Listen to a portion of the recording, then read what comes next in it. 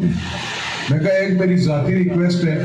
وہ یہ ہے کہ چکسواری کے اندر سیول ہاسپٹل ہونا چاہیے، تب یہ تحصیل نہیں تھی۔ میں نے کہا جی کچھ لکھ کے لیا، میں نے فائل نکالی، میں کہا سر یہ لکھ کے لائے ہو، وہ سمجھ شروع ہو گئی، انہوں نے اس پہ لکھا کہ ٹھیک ہے پروسیس کریں، رپورٹ دیں۔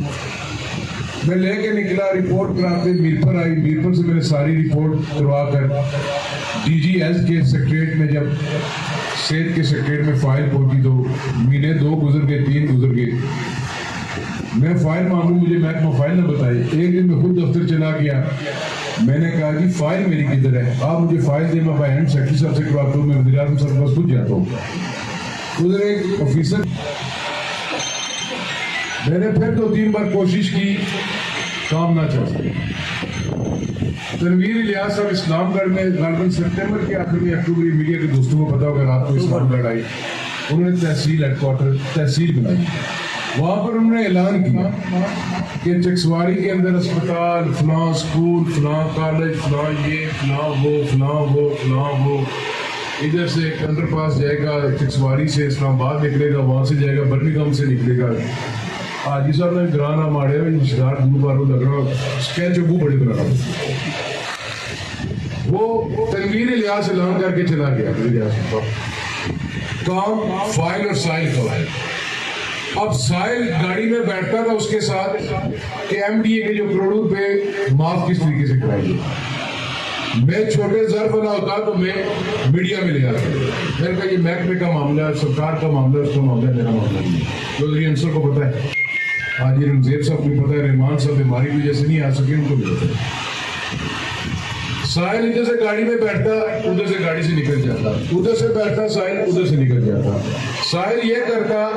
کہ ایک چیف افسر کا تبادلہ ادھر ہو گیا چکسواری، آج کے جو اپوزیشن لیڈر ہے خواجہ فاروق صاحب، ساحل ڈرائیور بن گیا ہوتا ہے۔ ساحل ڈرائیور بن کے گاڑی چلاتا رہا کہ کسی طریقے سے آفتاب نامی جو چیف افسر حمید آباد کالونی کا رہنے والا ہے اس کو اٹھا کر واپس بھیج، وہ ساحل کامیاب ہو گیا، آفتاب تک باندھا ہو گیا۔ میں نے آفتاب کو کہا، میں کہا تھوڑی روزہ تھوڑا اور لمبا کرنا، دیکھا جیسے کہ ہونا دیگر ملازموں کی کی کہنے کی بات یہ ہے کہ خود کے وزیر اعظم بن گئے۔ کچھ دن بعد میری ان سے ملاقات ہوئی، ذاتی تعلق بھی تھا، دوستی یاری بھی ہے۔ انہوں نے کہا جی تمہاری کیا ڈیمانڈ چاہتی ہو، میں کیا کروں؟ میں نے چودھری انوار اللہ صاحب، میں کہا میری 2 ڈیمانڈ ہیں، ایک ہے رٹھوا ریاض برج، آپ ڈویژن کے بھی ہیں، اس وقت آپ کو پتا ہے پیپلز پارٹی کی جب حکومت ختم ہوئی اس کے بعد اس پہ مدد کی بھی ڈیمانڈ ہے، معاہدے نامے کا پروجیکٹ ہے، نہ صرف LA2 کی LA1 بلکہ یہ ڈویژن کا پروجیکٹ ہے،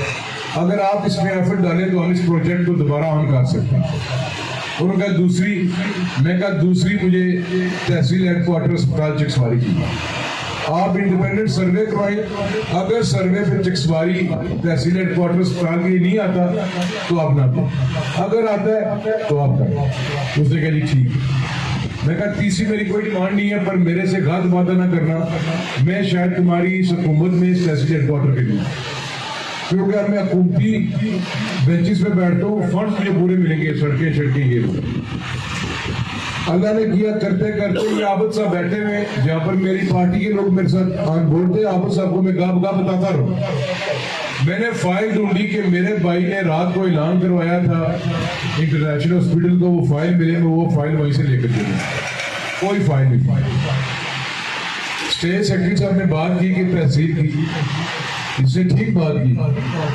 میں نے پھر وزیر اعظم سے اصولی منظوری لی، پروسیس کرایا، مجھے 27 پوسٹوں کے ساتھ میرے بلاک پرمین سے 1 روپیہ نہ کٹتا، مجھے تحصیل ہیڈ کوارٹر اسپتال مل رہا۔